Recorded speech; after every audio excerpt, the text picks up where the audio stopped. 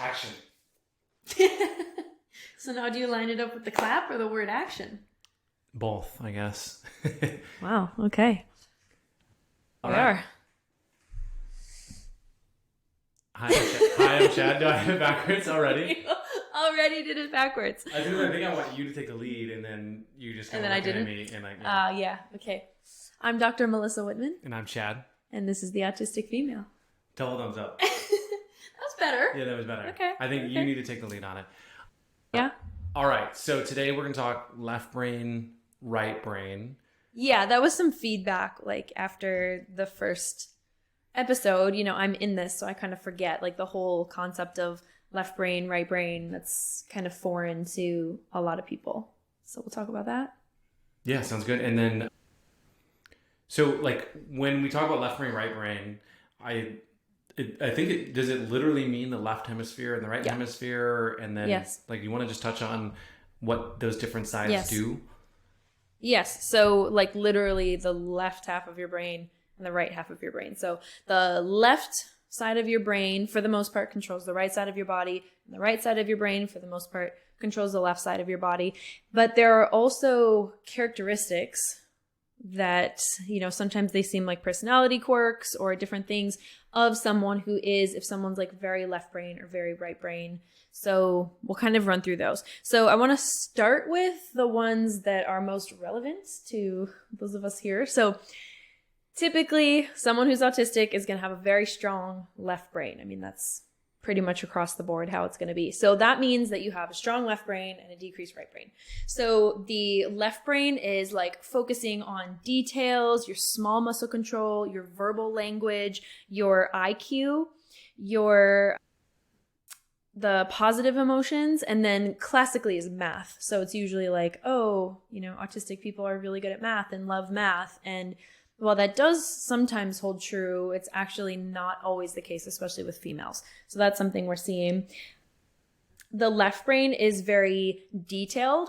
So if you're thinking about looking at a forest, the left brain is going to be seeing all the leaves, and the right brain is just seeing the full forest, like seeing all the trees.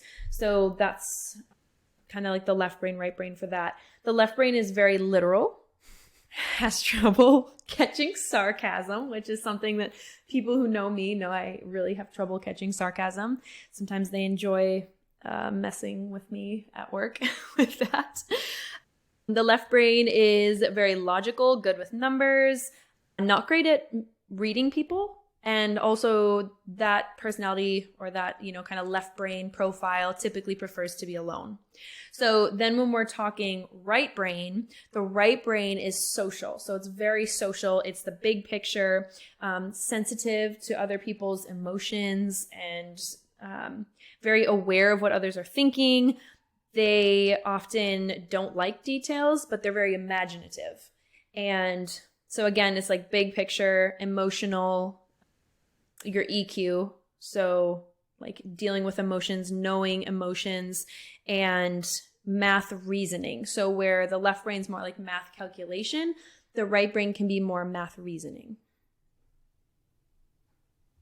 Yeah, and I feel like, I mean, you mentioned like the math and the logic. Yeah. I feel like right brain, I often think of like art and painting, and I think like you've done painting to kind of help Balance stimulate. out. Yeah, Like, for sure. So you can talk a little bit about like when you do left brain activities versus right brain activities, how does that impact your sort of balance of your brain? Yeah. So like right now, I'm like incredibly left brained right now. And so I'm noticing all the details. It's raining outside. I'm like seeing the raindrops on the window. I'm like so focused on the details, and I can't just chill as much as I want to right now. And also just like it's very hard for me at this moment to, you know, be in tune with maybe how you're feeling, or to ask you how you're feeling, which when we talk about relationships, like that's kind of a difficult thing. So when I come home from work really left-brained, again, it can be my superpower at work, but that's really, really difficult situation at home because I'm not having that like social desire to interact and everything. I just want to like be alone and probably do more work, or, you know, just withdraw really. And I just like get all up in my own head, basically, which you'll see with like autistic kiddos. You'll see that where it's like, oh, they're in their own world. Like that's kind of being described. And so that's how I feel. But I know, oh, I should be. It's like all of those shoulds where you can push through with willpower. But really what I need to do is balance out that right brain. So when we talk about bringing up the right brain, those are very deliberate things, either proprioceptive input, sensory input to the left side of the body to drive the left cerebellum and right brain. Doing vagal stim in the symbicontia is something that you can do that will help to calm the fight or flight and balance the vagal system. What is vagal stim? You want to just like a brief explanation? So when we're using that in practice, we're stimulating the symbicontia. So it's an area of the ear that's innervated by the auricular branch of the vagus nerve. So this is why I'm glad I'm the co-host of this. Is like, so it's so obvious. Device. It's a medical device. Well, we can do it many different ways. Okay, so it's more important the location, because you can use the Resimax for vibration. You can use the stim pod, which is, the preferred way to do it. I mean, you could put like an acupressure bead there. Okay, so it's the location. It's the location. Yeah. But I feel like you tend to have like this little like. I'll use the stim pod because it's. I mean, that's like you're gonna get the best results and the fastest, like feeling better, staying better. And so, are you putting that? I saw a bug, and now my nose itches. Where like if I'm more balanced, I can like override it. But there's a fly over there. So, okay. But so are you seeing me at my best right now, people? The side that you were trying to increase. That's a good question. So typically it is ipsilateral to the decreased cortex, which means it would typically be done on the right side. But for example, like my soft palate is lower on the left side. So that can be a reflection of vagal tone. So I will usually do both sides. I actually feel far better if I do the right side followed by then doing the left side. So that's something that you find through examination and then through a period of treatment. Kind of solve for that. And I think you've talked about in this past, and I was kind of asking about these activities. It's like, so if you were experiencing, I guess, lower right brain levels, you might draw or paint or something like that. Is that a motion thing? Is that how does that sort of fit into, like, you kind of talked about medical devices. Yeah. But what are sort of the, a right brain activity? Yeah, for sure. You're talking about that with Leo, right? You'll be like, oh, he's doing too many left brain activities. I want him to. He needs to go like do sensory play or draw or paint or. So what's going on there? I mean, those are just like often abstract, big picture, can stimulate the right brain. The creativity will stimulate the right brain. But what I find like right now is if I would think like, oh, I should paint, I'm so annoyed by that thought right now. Cause it's like, if you're a little bit off, that sounds really lovely. But right now I'm like, oh, the paint and the canvas and I'd have to do this. And like, there's a point where it gets to be too far gone. And that's where you start to get into meltdown territory. And that's where like just going and sitting and painting for a half hour really is not going to be enough. I mean, quite honestly, like you have to. And I mean, art therapy is like, it has purposes and stuff, but you have to have like very deliberate, input from the left side of the body to the right brain. We'll use colors. So blue glasses, light in the left hemifield of the left eye, to go over to the right brain. So we'll add all of these different sensory stimuli, proprioceptive input, Fisher-Wallace to help promote alpha brain waves. It's the classic sponges on my head. I shouldn't make this joke, but it looks a little bit like the electric chair. They put the oh god, the wet sponges on the head. I mean, it kind of is in a way. And if you turn it up too high, it does sting. Yeah. Okay, so you have some of the activities, but it sounds like those activities are just sort of generally helpful. For sure. But they're not going to be enough. So when we're talking neuroplasticity, we have to have a strong enough stimuli. So frequency, duration, intensity to create neuroplasticity. So we have to do something frequently enough. So that's why you can't do therapy once a month and expect to make changes. You have to have an appropriate frequency. You have to do it for a long enough duration. So typically you're not going to do something for 30 seconds. You need to do it for a long enough duration and a strong enough intensity. So you have to have, a strong enough intensity coming from that therapy to have it be impactful. And it's another reason why we'll use co-activation. So we'll use multiple different therapies at the same time. So we're running a microcurrent vibration using light, sound. So sound in the left ear goes to the right brain. We're using all of this different stimuli to specifically drive the right brain. And then, it's like if someone's tapping on a table, you're kind of like, oh, it's annoying, but you can block it out. But if there's like 7 people beating on the table, your brain's going to be like, I better pay attention to that, right? And so if your brain can pay better attention to that, you will build neuroplasticity more efficiently. And so is the idea that you're doing that, it sounds like regularly, to help build some of the neural pathways to do that more frequently and easy without the therapy to induce it? Yeah, I mean, effectively. So the analogy that I usually use with patients is if you walk up to a forest and no one has walked through it, you don't see any paths, right? It's just a forest. And if you would walk through that forest, walk through the trees once a month, when you come back every month, you're not really going to see a trail, right? But if you walk through that forest and create the same path for 3 hours a day, every single day, you could go away for a week and you'd come back and you would still see evidence of that trail. So we're trying to create neuroplasticity so you could have a week, like I haven't done any therapy on myself we're probably coming on two weeks, maybe a little bit longer. Too long. Too long. So it's hitting that, that threshold. And at first, sometimes that path might stay for a couple hours and then a couple days and then a couple weeks. And then you can build that neuroplasticity up. Yeah, I like that analogy. It's like my really only good analogy. Yeah. No, it's a good visual. I've worked on that. Yeah. Yeah. And so how else does, this kind of right brain piece kind of manifest for people or kind of you in your own experience day to day?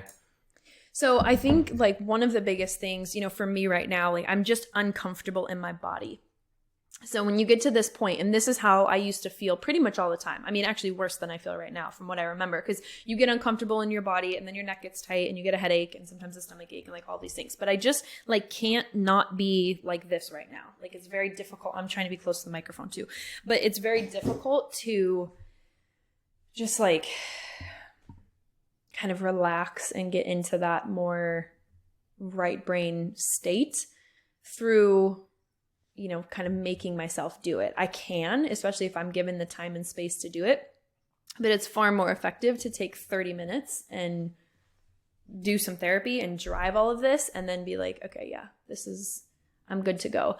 But this feeling of being, it's like a fidgety on the inside. And then, sometimes that becomes fidgety, in your hands or your foot or, something, or fidgety in your mind. But at the same time, my brain is just like frustrated that I can't be doing the thing I want to be doing right now. Like I actually want to be filming this right now, but I also have like a bunch of research I want to be reading. And so I'm frustrated that I'm probably not going to have time to read that research today. Where when I'm more balanced, it's like, it's fine. I'll read it during my lunch hour tomorrow or whatever. But you get this like urgency to need to do the thing you want to do. How do you differentiate? And it's got to be, hard for you, obviously, as a person living your life. But like I experienced that too. Yeah. So is it sort of like the way of handling it is the difference? I don't know. I mean, maybe that's a question for you. Like it's the extreme discomfort I feel that I can't be doing that right now. And it's reflected in like when a child throws a tantrum and has meltdowns more regularly when during transitions, you need to transition from one thing to the other. And then it's like a whole fucking thing. But I kind of feel that too, but I knew that we had this plan today to be, I had told you, hey, I want to try to record, so then I'm okay with it. But if I had gotten home today and you were like, oh, hey, let's sit down and record, I would have been like, oh, because I would have had all these other things in my head that I wanted to, accomplish or whatever. Or then it goes into, and what I can feel myself close to right now is going into freeze. So you go into, I can't do anything.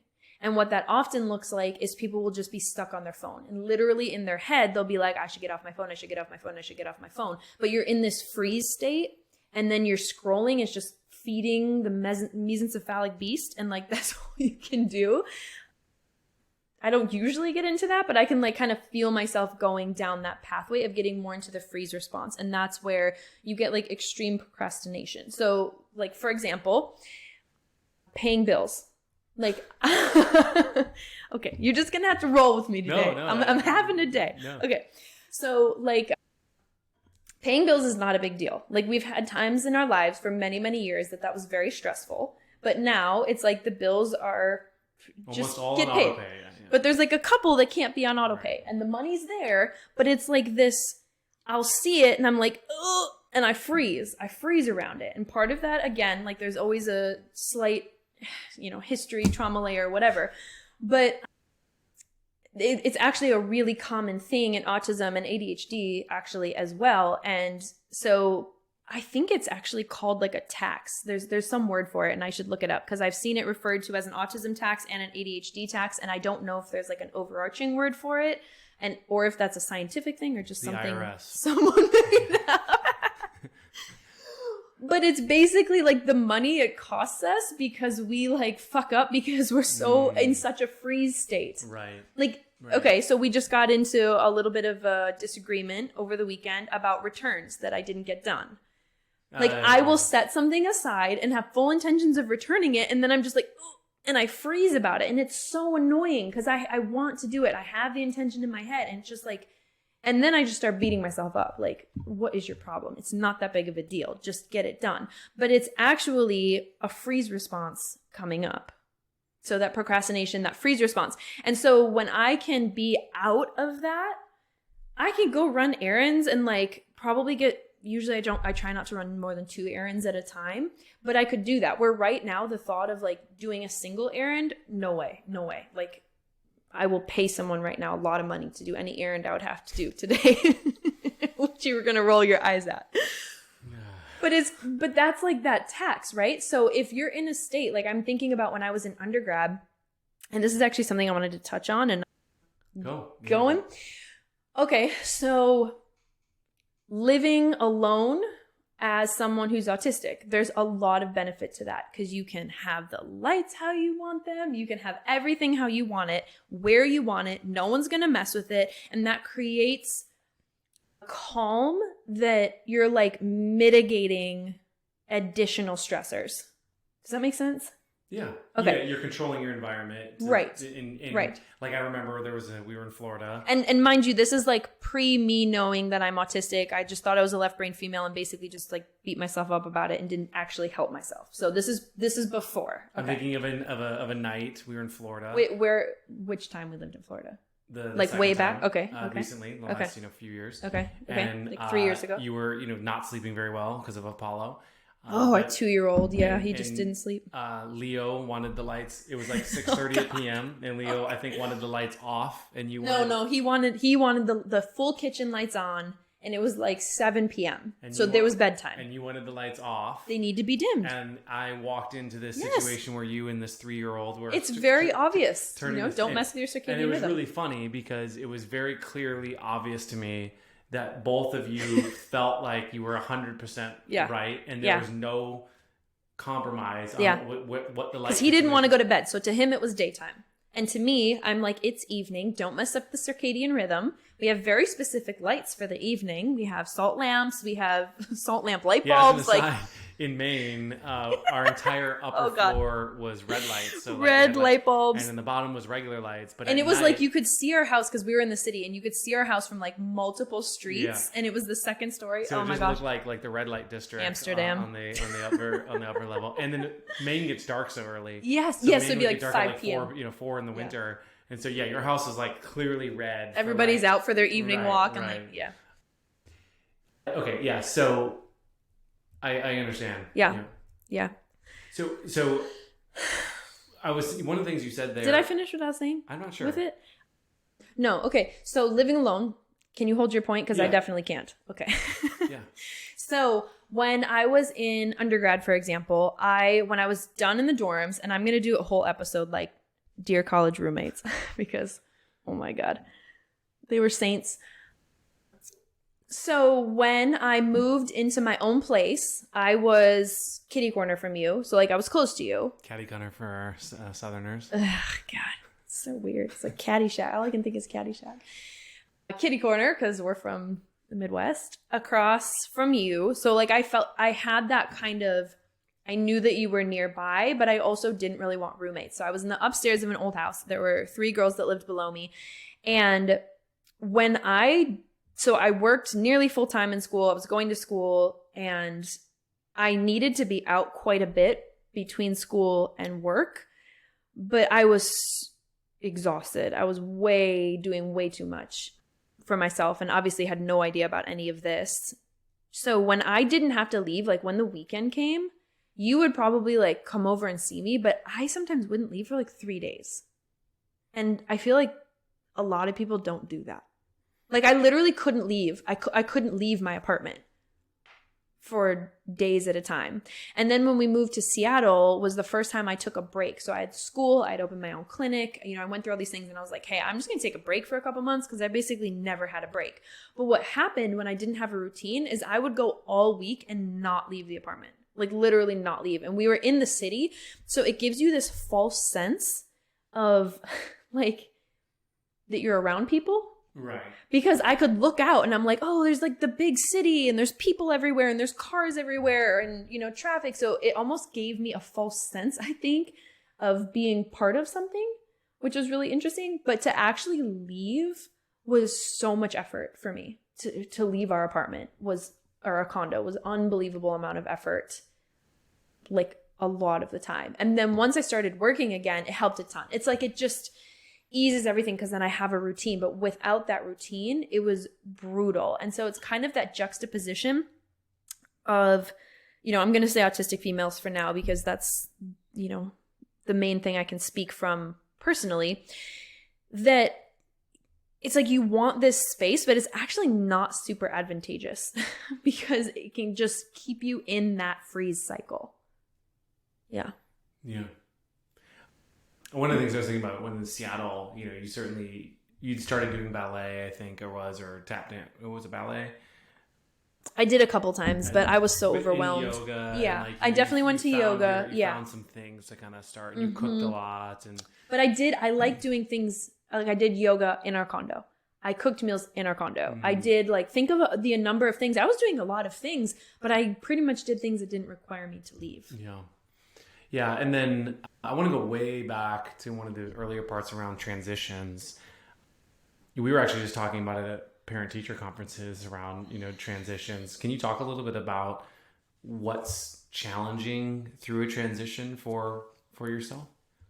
Yeah, I can. I don't think I want to talk about our kids too much, for their own. I'll make it in reference to me.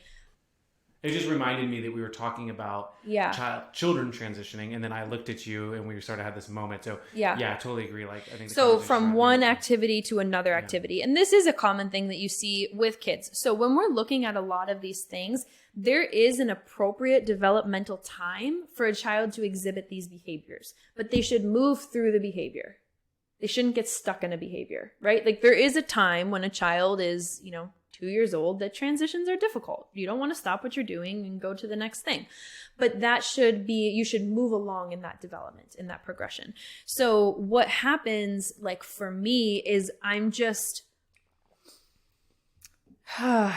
so the left brain gets hyperfixated and wants to be focused, especially on a special interest. So you want to be focused on that special interest, but it also will loop in short periods of time. So we'll see kids come in the office and they're listening to the same 15 seconds of a song over and over and over. And I don't know anybody else who does that. Not 15 seconds. I do listen to most of the song. But so for example, and it's something that I actually didn't know was stimming. And when I was going through I don't remember if it was the first or second for the diagnosis, but they talked about stimming and I was like, oh, I don't know. I don't really think I have any. And they're like, what are you doing with your hands? And I'm like, well, I'm just, I just keep this with me, and I just play. Oh, okay. Biting your lip. Okay. Yeah. I bite the insides of my cheeks, like really bad sometimes, like to the point where my face looks puffy. Listening to the same songs over and over. And then the main thing that I didn't know was stimming on music. So like, for example, I have the same 2 or 3 songs that I will listen to over and over for like, usually it's 2 or 3 months at a time. But I will listen to these songs, like I kid you not, 20 to 30 times a day sometimes. Like if I'm really in a loop. Spotify has an easy job putting together your favorite songs of the year. Like, how about but then once I'm done with the song, I don't want to listen to it until like 6 months later. And then I can come back to it. As a observer in the morning, hearing your get ready playlist, I haven't heard it change for years. There's like Pink, that one Pink song in there. There's no, like that's a new. Alicia So there Keys. might have been a previous Pink song. Okay. There's definitely been changes. There's that one chanting song. But okay, so let's talk about, you're pretty balanced left and right brain. You're fairly balanced, but you certainly aren't fully left brain picking up on detail. Because I could sit here and like right now, I want to explain to you the differences of all the songs that I've listened to. And you're just like, it's just the music Melissa listens that's to. That's actually an interesting point, is we get into this argument fairly regularly, is that some of the hip hop music that I listen to, yes, you'll be like analyzing every lyric. I know, and I get really upset because I'm like, why are you listening to this? Like the words are just da da da. And you're like, I don't hear the words. It's a vibe. It's a soundtrack. Yes. It's a beat. And like, don't get me wrong, the words are important, but like similar to the conversation with the analogy I used with the rock and the thing, it's like the words represent a third. You know, the beat is a third and the vibe's a third. And it feels like for you, like the words are a lot. Well, but so is the beat, because I'm like actually really picky about music, that the beat is right and like feels right and makes sense and feels good in my brain, because there's a lot of music that like it just doesn't feel good in my brain. But yes, for sure, that's the detail. Like I'm picking up the details of things, and I'll get really hung up on it. And the last like week or two, and honestly, so there's 2 things. The last week or 2, I've been trying to listen to a wider variety of music, like just listen to my Spotify, you know, when they recommend things. And I feel like there's a therapeutic aspect to that, but also now I'm more stressed out because stimming is calming. So there's a thing now, like if kids are stimming and it's not self-harm, you're really just supposed to let them continue doing it. And so it's almost like I was trying to pull that away, but I wasn't also doing the therapy. So like in practice, parents will ask me about whether it's hand flapping or, you know, whatever it is. And when you get I know what you just thought of. It's not good. When you get the proper stimulation and you start bringing up that right brain and improving vagal tone and these different things, they don't feel as much of a need to do the stimming. So like, you know, I could sit through and not feel like I need to play with this thing, right? But if right now, which is what I would have done a number of years ago, I would have, you know, if I even had this with me, it would have been on my wrist. I would have been holding my hands together and staring at you like this and just like felt horrible. But that's like what I'm supposed to be doing. And this just feels like I'm a freaking robot, because I already feel like a robot sometimes. So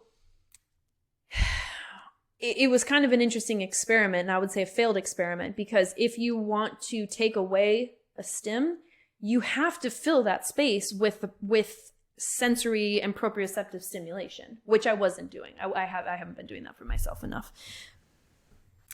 So I will tonight. Yeah, then that's to make the week go a lot better. So that's kind of an important thing. But anyway, that was the whole point of that, was music, listening to the same music.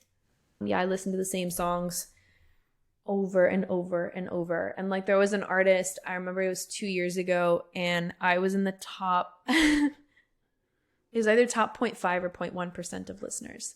Like I had listened to his song. There were 2 songs that I had like stimmed on throughout the year thousands of times. It's terrible. I hope his manager was like, yeah, there's just like, you know, something really great, and he's like, oh, you make great music for autistic people, and they stim to your music, which is, I mean, they have that ASMR stuff. I hate it. Oh, no. That's not for me. But I'm more sensory avoiding.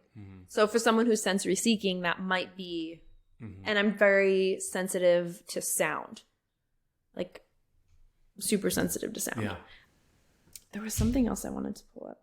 So I want to know, like, for you, when you're listening to music, you listen to the same songs. Yeah, Like, what is that like Yeah. for you? Do you feel like that's because I will literally be like, I have to listen to these songs. Like, it is only satisfying to listen to those songs and it calms me.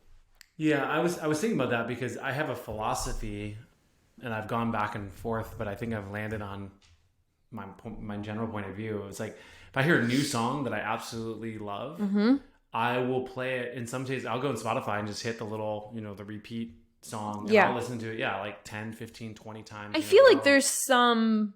Yeah, normalcy to that. Okay, yeah, because I see memes about that. It's like, oh, I love this song. I'm going to listen to it until I hate it. Right. Yeah, okay. Yeah, and like in my point of view, and this is sort of irrational, this I landed on, if I love the song now, I might as well squeeze out every great play that I'm going to listen to it. And I used to save it. I used to be like, okay, I'm going to listen to it 2 or 3 times and I'm going to save it. And I found in my general experience, it's not the amount of times I listen to it. It's how long I've been listening to it. And so I had this realization that I should listen to it as many times as humanly possible in the 1 week that I absolutely love it. And even if I listen to it now once a week from there on out, I might have gotten, call it 100 great listens then. And then one, and so I don't space it out anymore. So I feel like that's fairly similar. Yeah, I mean, like, there's some similarity there. And there's, that's how I've chosen to do it. But I think for me though, like I'll do that with a particular song I get excited about, and then I have some playlists. But for my observation, you sort of have your kind of go-to small playlists that you listen to over and over and over. And I think I have big playlists that I listen to over and over and over. So I do think that's probably a difference because it will literally be like, I mean, it feels like 5 songs. 2 to 3 songs. Yeah, okay. 5 would be broad. Yeah, so it feels 2 to 3. really, really, really narrow. Yeah.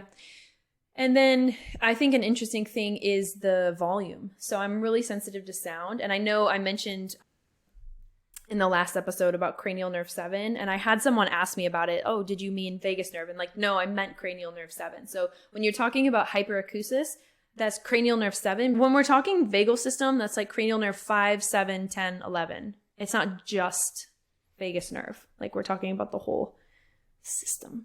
If you sever the nerve to your bicep, like if you sever the nerve to your bicep, I mean, that's extreme. But even if you damage the nerve to your bicep, you're going to have abnormal muscle tone. Not these biceps. Yeah. Oh, you're just... I feel like you set that whole thing just to do that.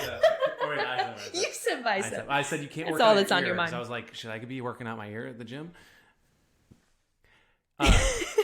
Okay, so I'm really bothered by, especially in a state like right now, like I'm really sensitive to noise right now when I'm kind of in this state.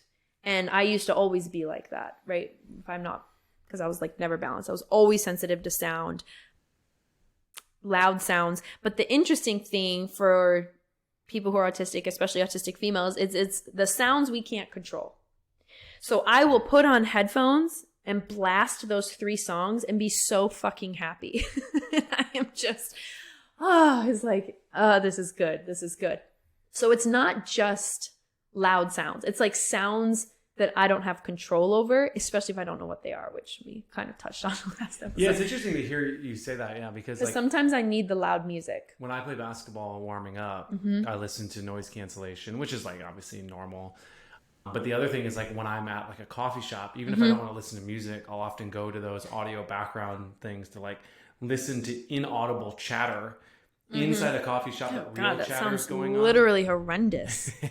Every aspect of that sounds horrendous. So that I don't eavesdrop, like because my mind can't like help being like, oh, like Sarah said what, like I'm like working on a really important email, and then it's like, like what, like we can work on those frontal lobes. And so it's all right. That is something that kind of popped in my mind. Yeah, so I have a couple thoughts on that. So just in general, when we're looking at behavior, there's a lot of things, and this is where people will be like, everyone's a little autistic. Do we need soapbox time to comment on that? I'm not balanced enough to like soapbox it right now. But here's the thing. First of all, it's a spectrum. We know that it's a spectrum, but there's also diagrams where like it's a circle and you are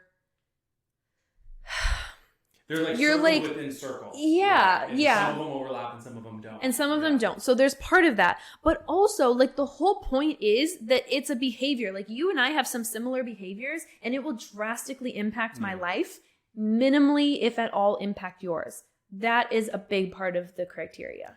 And that's where it's like, oh, I suck, comes in. If you're comparing yourself to other people, or like when I had kids and then comparing myself to other moms of like, why can't I take my kids to the park every day? Well, because there's 400 fucking people and I live in the middle of Seattle and there's no fence and my kid's obsessed with tires and that's his special interest and all he wants to do is run to the parking lot and I have a brand new newborn, right? And so, but all the other parents were like, I take my kid to the park and it's fun. Yeah, that's what I would have done. And that's what you would do. Like when you were home and you would be like, what is wrong with you? We Like just put him in the stroller and take him to the park. Right. And I'm like, like I can't do it because I wasn't regulated. So, and that's a huge part of parenting too. And this is autistic or not. Like your kids are feeding off of your level of regulation. Like your job as a parent is to regulate yourself. That's like number one. Like I'm very from a brain perspective and I deal with a lot of these autistic kiddos have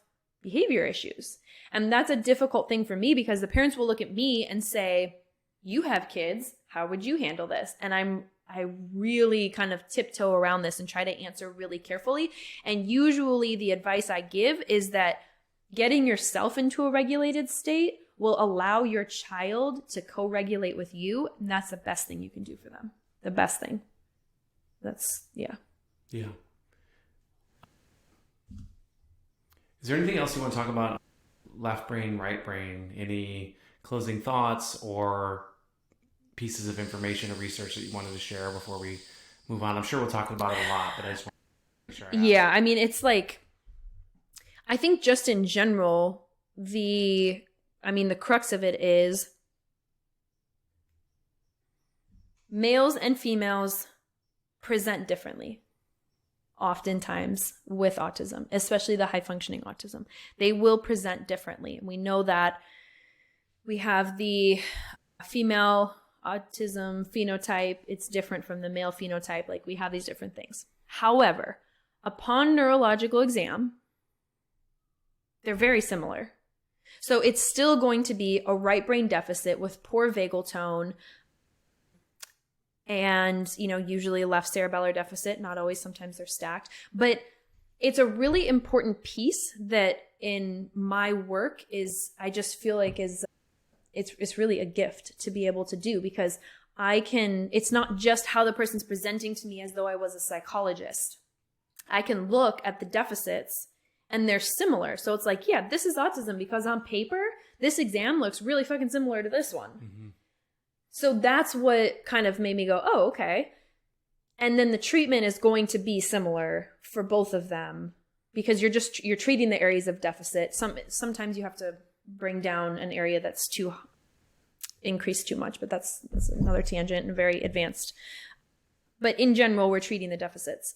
So it's just something that although the research keeps separating it and like has only studied males or, now is separating into the female phenotype, I think it's still important to recognize what the actual neurological imbalances are because that's something that we can change. Like we can make improvements upon that. And on that note, I need to go stim pod. I was saying before we wrap. Okay. You binge watched the most recent. You know what? And I wonder if that's part of what like threw me off because it got me in a loop. I did. I binge watched this over the weekend, 6 episodes of the latest like Bridgerton. I love Bridgerton. Yeah, I was gonna say, what's your review? No spoilers, but what was your review of the most recent season? It's quite good. Quite good. It's quite good. Yeah. All right. Yeah, it was quite good. I don't know that anything can quite match the first season, but. Oh, really? It's one of those shows. I think so. I mean, it's been a while since I watched that season because I don't like to rewatch stuff. Yeah. I watch it once and that's it. And so movies, anything. And so they built the bridge to where you haven't crossed it yet. That's sarcasm. Yeah, and I've just learned to be like, oh. Ha ha ha ha. No, that's real laughter. That's real laughter. Don't take that away. All right. Thanks for listening. Check us out on Instagram. You've been posting some clips. It sounds like you're going to be taking some questions and whatnot on there as well. Yeah. Instagram, The Autistic Female. So if you want to send questions or feedback on there, that's kind of where I'm looking right now. You're supposed to do the TikTok account at some point because that's people like those clips. I don't know. You get to do all the editing and posting. Okay. I can do. I don't understand that part, but we will have a TikTok eventually. We'll figure it out. But thanks for listening and thanks for joining. Yeah.